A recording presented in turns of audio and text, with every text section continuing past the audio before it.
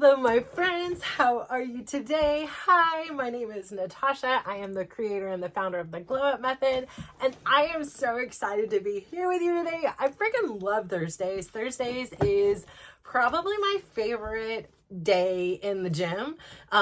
It's a challenging day, as I've said before, because I go Wednesday nights, and so it's a quick turnaround time.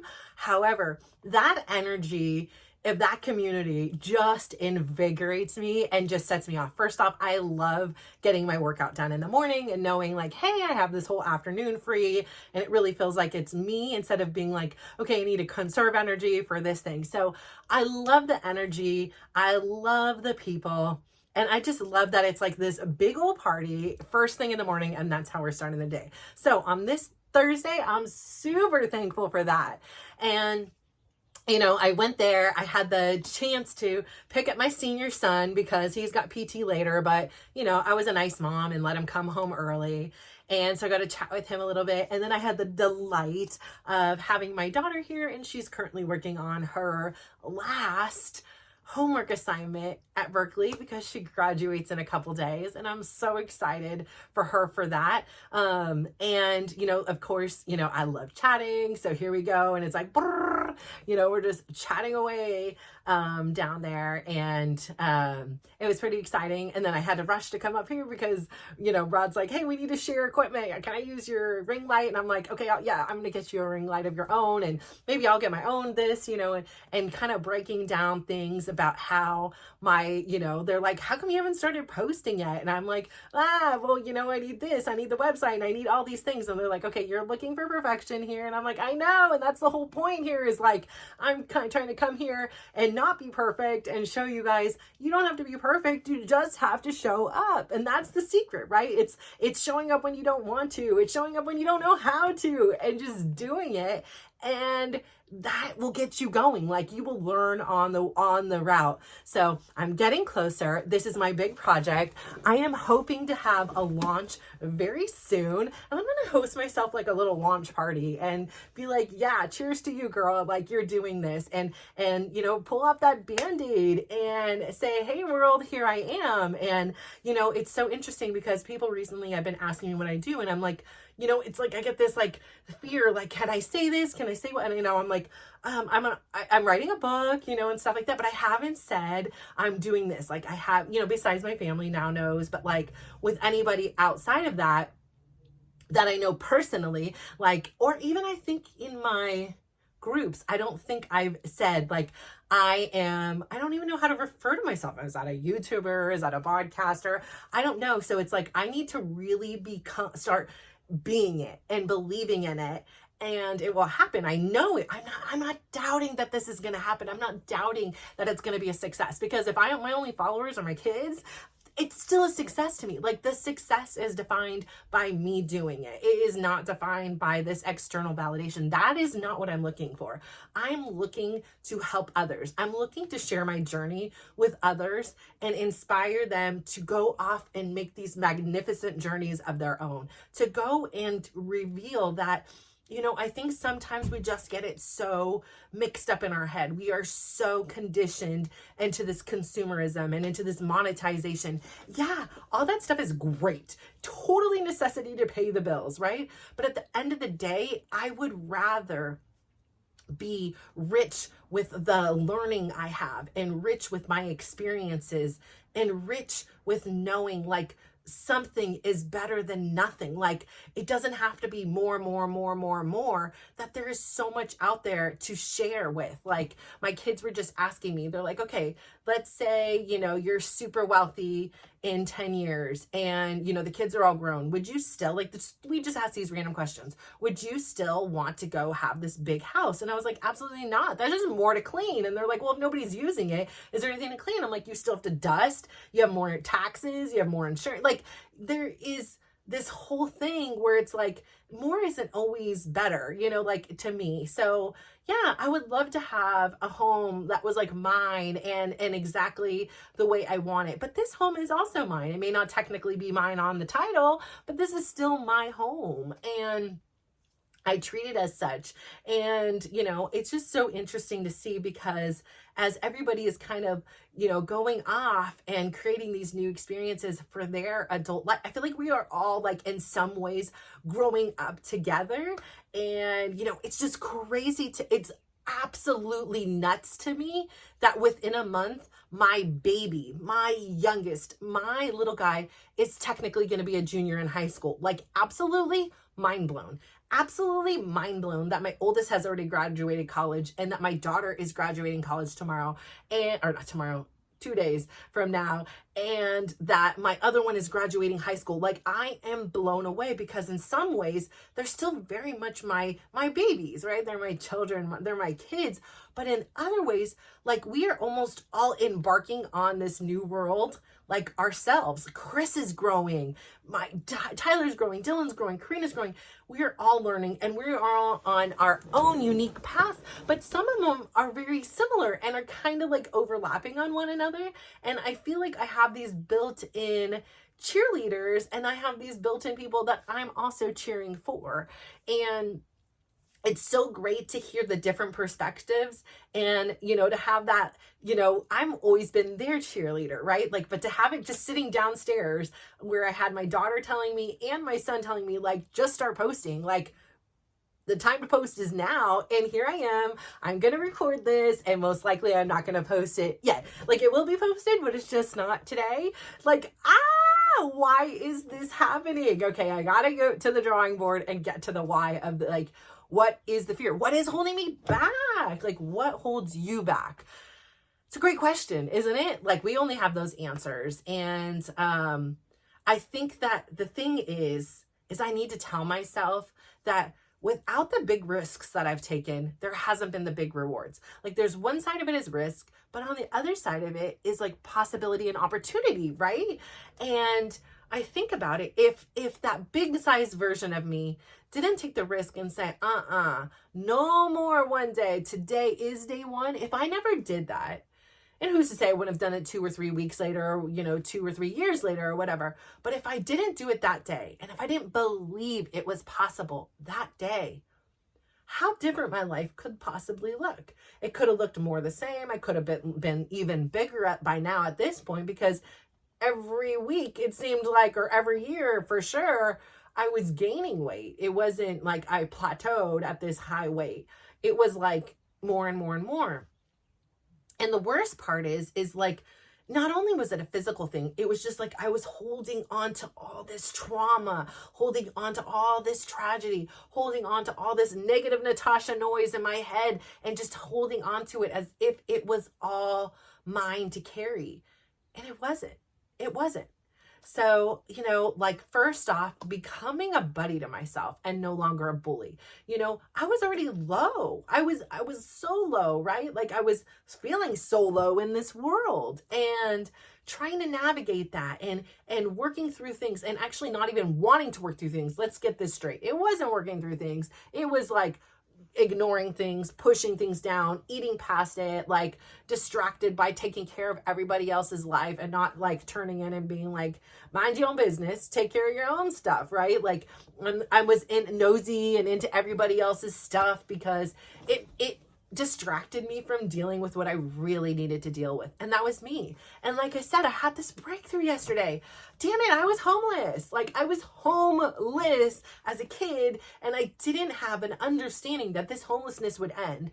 I thought the way people were looking at us in our homeless looking car, filled with a bed, 2 beds, and our clothes and a couple dolls or actually a doll and some coloring books, and the way people looked at us and knew that, these young parents, it was probably very obvious my parents were young with these 2 young kids. We even had cats and stuff. Like, it was so clear. And I just didn't look at it from the perspective of a kid. I was looking at it from the perspective of a late teen and an adult, where this was this cool experience, right?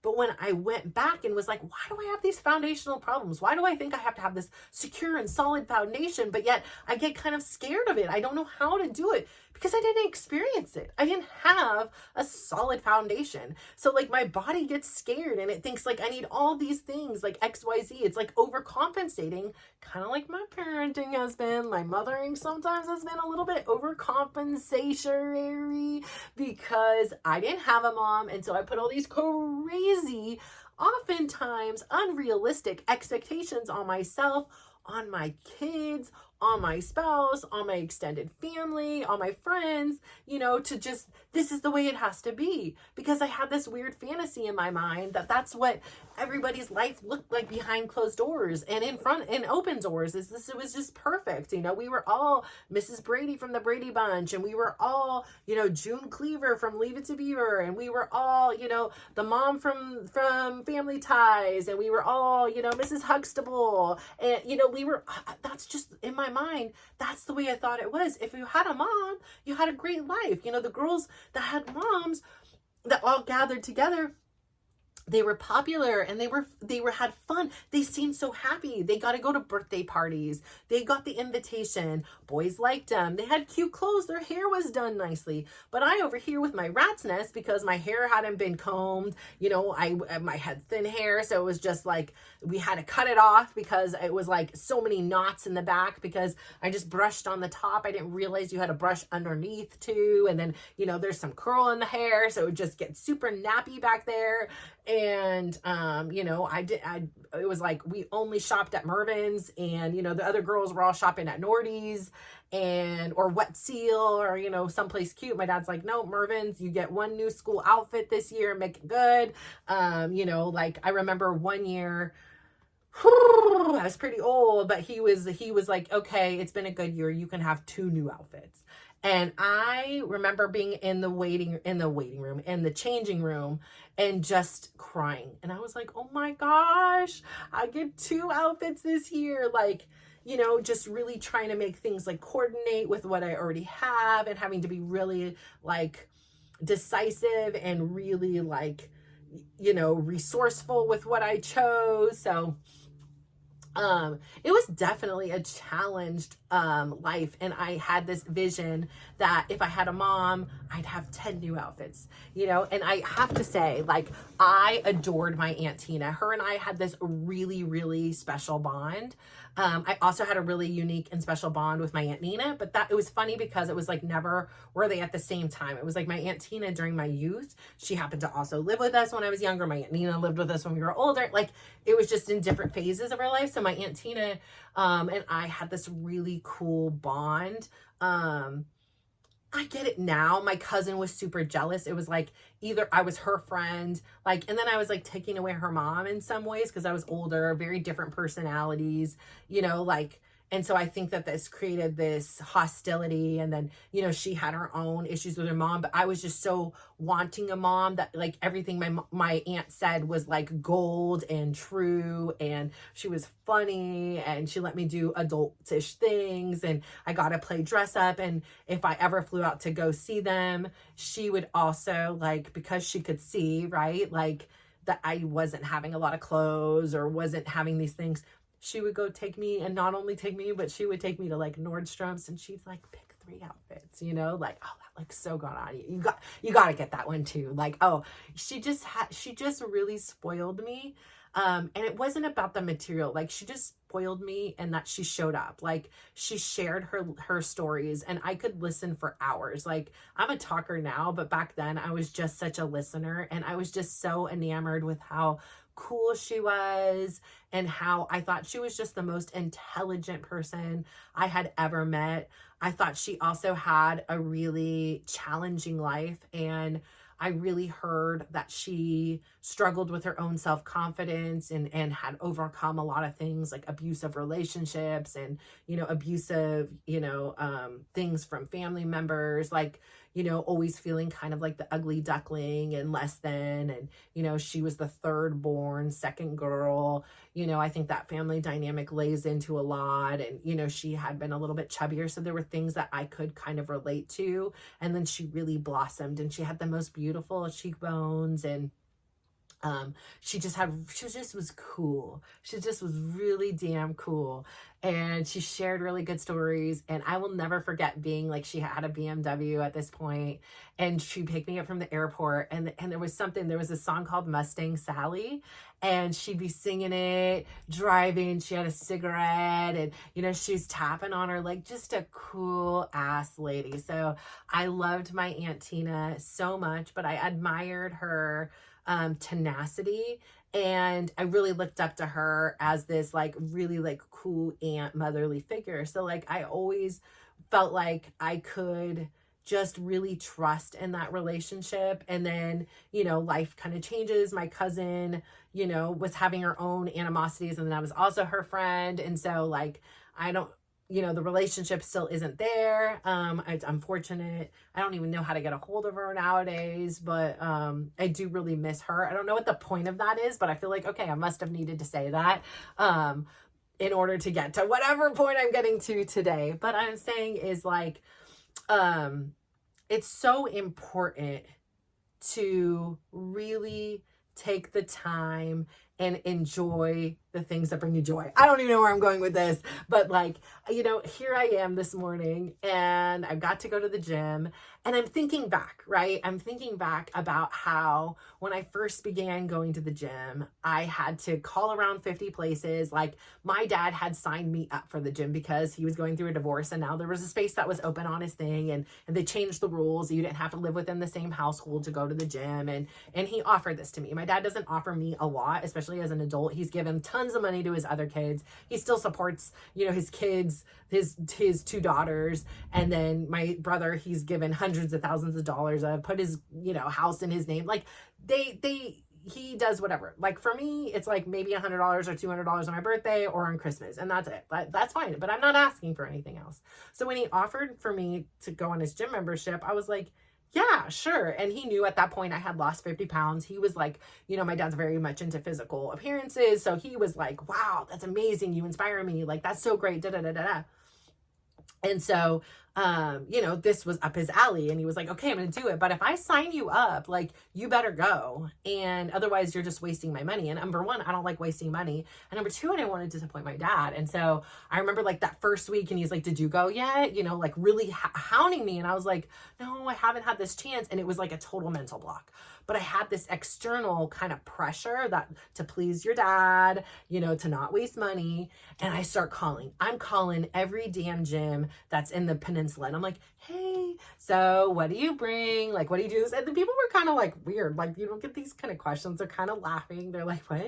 Like, I'm like, so like, can I bring a bag in? Or is it like more customary to put it to the locker? Like, I wanted to go in so prepared that I called every damn gym there was in the Bay Area that was this gym to see what's the protocol. Is it universal against gyms? And then when I finally had the courage to go, I was like, oh, hell no, am I going to the local one? Because I know people there. They're going to see me. They're going to know I don't belong. This is an imposter in our, you know, perfect place. This is an upscale gym at that. We're not talking, we're going to the ho-hum, slow hums here. Like, this is like a next level. And so I thought I needed to come in there. Like, what kind of clothes are they wearing? Are they wearing pants? Is it shorts? Is it t-shirts? Is it tank top? Is it this? Like, really? I mean, I'm telling you, do I bring my own towel? No, you have towels. Okay. You know, is it okay to bring water? What is it? Like, they're like, and these people are like, is this some kind of mystery shopper or something? Because like, these are some weird questions, but I really wanted to get it right.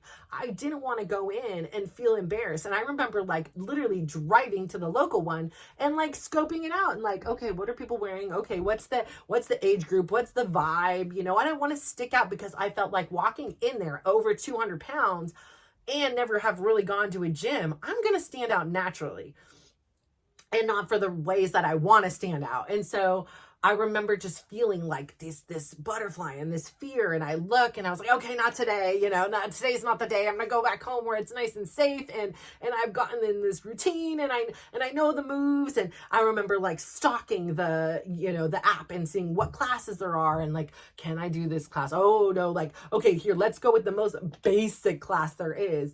And then I remember not even having the courage to go to the local one. I'm going to go drive. I'm going to go drive 30 minutes in either direction, go to one of those, because guess what? I'm going where nobody knows my name. Nobody knows who I am. So if I mess up, they'll just forget about it. Little do I know, in some of these gyms, me just being me, I just naturally stand out. And I was like, oh, dang it. Now I've been recognized. Like, I did not want to be recognized here. I just wanted a safe place to mess up, make my mistakes, so I could go into my local place and feel like a sense of courage and confidence, and I can do it. And there was no hiding, but there was just do it. And I'm going back to that because it's in regards to me posting, right? Like, just freaking do it. The time is now. It's not tomorrow. It's now. Now let's see if I do it, right? I got to tell myself, I got to remind myself, like, I have gifts that I want to share with the world. There are things in perspective that my unique life has privileged me with, just as yours has privileged you with. And if it is, you want to share it on a platform like a podcast or a YouTube or a blog or a website or whatever it is, or through your art or through your work or through your whatever it is, that's yours, right? And this is where I am now, and this is what I want to be doing. This is who I am. This is where I'm working, and I feel alive. I'm not getting paid a damn dollar, and I would do this all day, every day, because it has given me this such like a deeper sense of purpose. Like, it has given me so many breakthroughs that I am so appreciative. It has transformed my life doing this act of kindness, this act of love, to share these really vulnerable and raw stories and events in my life and say, yeah, there are days that I fail. There are days that I get it right. There are days that I'm insecure or have 55 reasons on why I can't post this video. But this will also reach that other person that is like, hey, I'm experiencing that too. And then you see it today, but you're going to see maybe today, maybe tomorrow, maybe it'll be the next day, that finally I have that breakthrough that I need in order to say, no more just recording. No more posting one day. Today is day one of our posting, and I want you to be here with that journey with me. I want you to see that everything isn't just perfect and polished, and that what you're experiencing may be different. It may be, I'm going to, submit my art to a gallery or whatever it is. I'm going to submit my book to an editor, whatever it is. Like, I don't know every, thing that you can do, or I'm going to put in the resume. I'm going to turn in the application. Whatever it is the only thing holding us back is us. Like, what is holding me back is me. I've got 2 this morning, 10 minutes ago, cheerleaders, my kids. They said, just do it now, Mom. Post it. You've been recording every day since January 10th, except for when you went out of town with our little brother. That's huge. That's really good, Mom. Like, do you know how many followers you would have by now? And then I joke and I was like, well, my LinkedIn, which started, I told you I started here. I have over 1,100 followers now. I don't know what the hell they're following, because it's just a picture of me and a picture of the beach because it was in my camera. And, it says in there, the Glow Up Method, I'm the founder since January of 2024, or something like that, maybe 2023, somewhere it says that in there. And then it has my first text business, the computer business. It has that I am a LeBlas fitness instructor. It says I'm an author in there. I'm also a personal development coach, because guess what? I have been supporting my kids and I have been helping in their personal development. Like, I am a mom, I am a mentor, to them. Like, that is all true. Like, I have supported them through some crazy stuff. Like, and I have mentored them. I have helped them to see that it isn't just about this challenging experience you're going through, right? Like, yeah. Like, life is about that. Like, 10% of it is going to be trouble, right? Like, it's going to be painful. It's going to be, hurting. Like, you're going to have injuries. Like, you're going to have pain. But really, there's a whole other 90% of it that's going pretty good, right? Like you have oxygen, that's a pretty good thing, right? Like you're using your limbs, that's a great thing. You can see, that's a lovely thing. You know, you can hear, and not everybody's going to have all these things, but if you do, or you don't, like you have your experiences, right? And so I say all that to say, there is no time like the now. But it sounds so simple, right? But it isn't always so easy. And so I may know the right thing to do. It's just getting the knowing and the believing to be in unison and work in synchronicity, symbiotically, to make this dream come true. It's a physical thing. So the physical thing is I'm sitting here recording. It's an intellect thing. It's about knowing, how do I do this? How do I get from the camera to the screen? It's about the emotional thing and saying, is this safe? Am I ready? Like, can I do this? Right? It's a spiritual thing where it's relying on the faith and knowing that not everybody is going to be my people, but my people are my people, and my people will get me. And I'm not talking to those people that don't get me. It's okay. Like, or if I am, like, and you're hearing me, I'm sorry. Like, I'm not the one.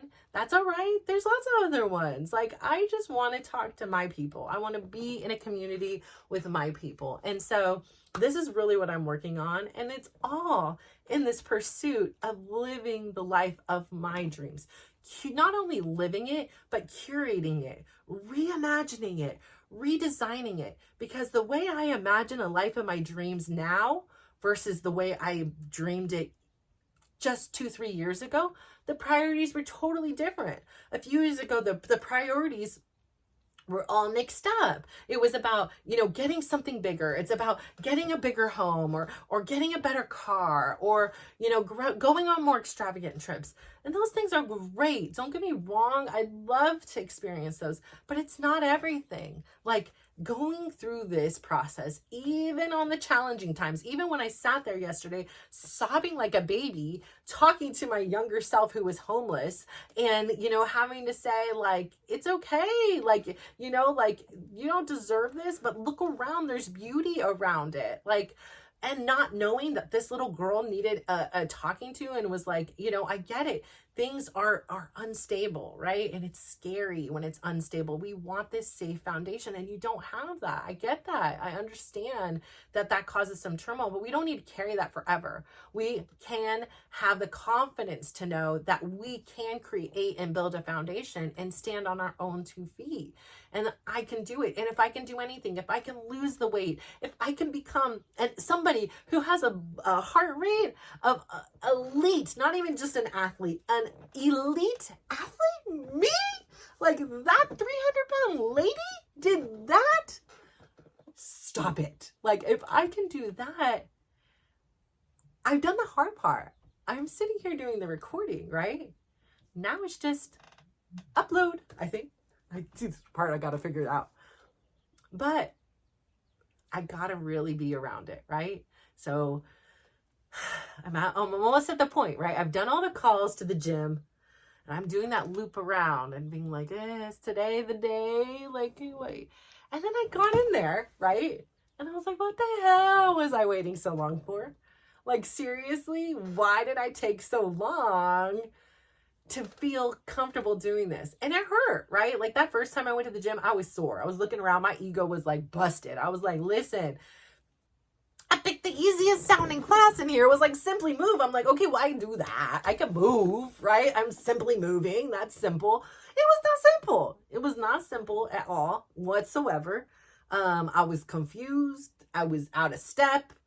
I felt very awkward, but I was asking for help and people were very receptive and very accepting, and they took me in under my wings, which makes me feel bad because I always like to go back to where I started from. Makes me feel like I really want to go to these classes, but I'm trying to, like, I stagger my energy, right? Like I conserve, and so I'm like, so I like to always give thanks where thanks is due. That class and those people in that class, they were the first people to accept me in the gym, and I'll never forget that, because if I didn't feel accepted, I wouldn't have came back again and again and again. And then as a result of their initial acceptance and their initial, like, showing me the ropes and telling me, you did good, like, see, it wasn't so bad. gave me the confidence and courage to continue to come back. And so I say that to say, I really hope that my community that I'm out there reaching helps me get through that phase and says, good job. Like, I'm glad that you did this. And I know at the root of it, I need to be my biggest cheerleader and do that. But having that external kind of reassurance just helps, right? Like, it's like, okay, I am on the right track. I am on the mission that I'm trying to accomplish here. So I say all that to say, I really appreciate you. And if it's not me that you're giving some kind of reassurance to or validating, please go out there and give somebody a compliment. Say something nice about them. Most things that you see, somebody's art, whether it be on a YouTube or a thing, they're really just trying to help. They're really trying to be themselves and show and share what their highest qualities are, what their genius is at. And I think that we need to take more time to celebrate those wins and celebrate their courage and have that be the norm. And instead of judging or whatever else we do with other things, is go out there and really celebrate somebody else today too. Like, celebrate you, of course, but if you can find even just a time to give one person one smile, one person one compliment, and just watch how they glow up, I'm serious, it will change your life. So thank you so much. I appreciate you tuning in today, and I hope that you have an absolutely wonderful day. You deserve it. I hope that the time is now for you to take action and you begin living that life you are reimagining for yourself. So thank you so much. It was a pleasure as always. Have a wonderful day. Bye.